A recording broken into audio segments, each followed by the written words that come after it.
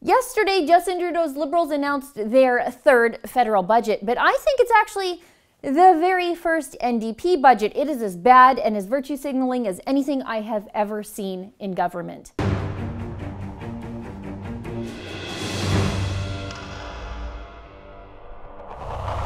The Liberals just dropped their third budget yesterday, and it should have been dropped right into the toilet and flushed away like the turd that it is. The Liberals are going to be running an $18.1 billion deficit, which is, of course, just another Liberal broken promise. We should be used to these things by now. During the 2015 election campaign, Justin Trudeau's Liberals promised to keep annual deficits to no more than $10 billion. And to balance the books by 2019, well, that ain't happening. And that broken promise just gets even more appalling when you see exactly what the Liberals are and aren't spending Canadian taxpayers' dollars on.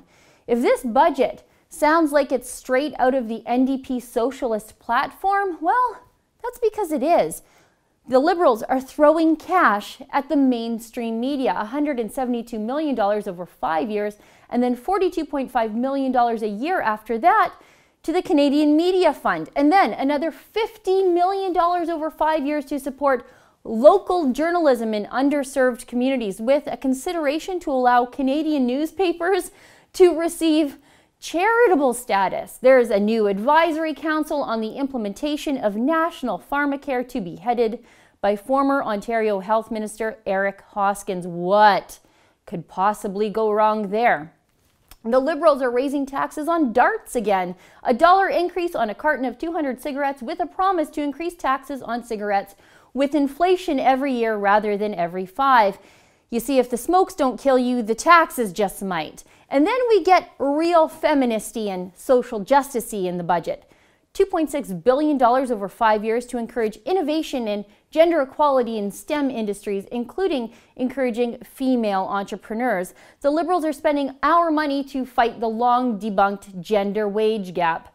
That's going to take $3 million over the next 5 years to get rid of that imaginary thing. The Liberals are also spending $2 billion over 5 years as part of their additional support for the Feminist International Assistance Policy. If you're like me and you instantly thought, what in God's name is this garbage? Well, I looked into it. Some of it does some good work to prevent gender-based violence against women in the developing world, but there is also a substantial portion of that program that is part of the Liberals' effort to increase access to abortions abroad. I checked, and the word gender appears 359 times in the 369-page budget document. I have no idea why the word appears at all. Is there something specifically gendered about government debt that I don't know about? Because I'm pretty sure my daughters are going to have to be paying down all this debt just as much as my son is. The Canadian Forces, on the other hand, only appear twice in the budget. Once when the government is talking about a specific strategy to address gender-based violence, and then the next time, unbelievably, is when the government mentions the Canadian Forces base Halifax as one of the government's highest reported emitters of carbon dioxide. There were no additional fundings for smiting Canada's enemies, nor for giving Canada's military the tools by which to smite our enemies with. Perhaps the Canadian military is just doing what it always does, according to Justin Trudeau, and they're asking for more than he is willing to give right now. I guess there's just a little too much toxic masculinity in the Canadian Forces to spare our brave soldiers a few more pennies. This budget, even though it could easily have been written by, I don't know, the blue-haired person that works down at the Starbucks for 3 hours a week in their attempt to both subvert capitalism from the inside and to maintain their staff discount on the blended diabetes-inducing caffeinated drinks there, also tips the Liberals' hand about their 2019 election strategy. You see, this budget is the very first NDP budget in Canadian history. The pharmacare plan, the social justice initiatives, and the complete neglect of the Canadian military is right out of the NDP playbook. All these issues were touched on just 2 weeks ago at the NDP convention. Just like in 2015, Justin Trudeau is going to try to outflank the socialist NDP from the left.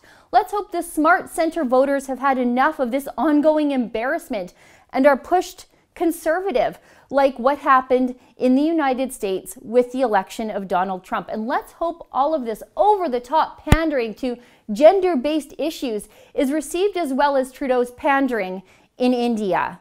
For the Rebel.media, I'm Sheila Gunn Reid.